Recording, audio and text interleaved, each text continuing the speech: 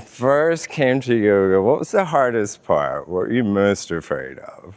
Going through the door. Yeah.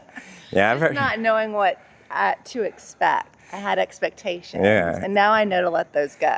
Yeah, just let that go. I remember sitting in the parking lot and thinking to myself, I know I can do this. I know. How about you? What was the hardest part? Sitting in the parking lot, or going to check in, or just deciding?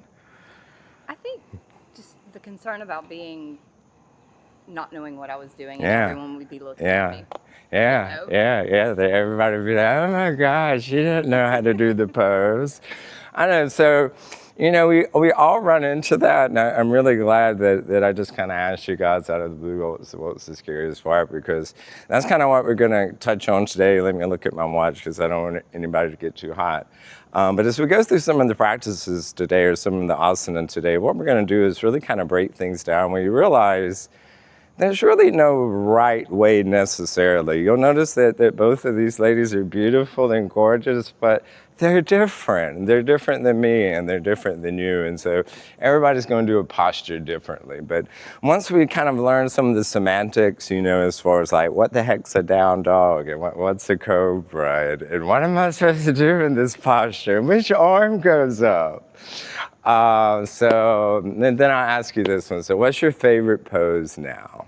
Ooh, that's a tough question. I thought we would do that one today. You know what? I I gotta be honest, I love a forward fold. A forward fold. So we'll make sure to do forward folds today. We're going to get lots of forward folds. So if I seem real forward foldy today, it's Ricky's fault. And dancer's pose. And dancer's pose. Okay. By dance, you mean Bird of Paradise? Is that what? Well, just, bring Oh, it okay. Got it.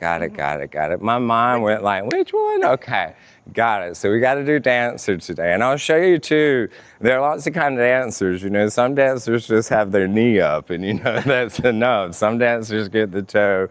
And then for the teachers that are watching, I'll show you a way that you can support your students and assist. You can help with your students when they're doing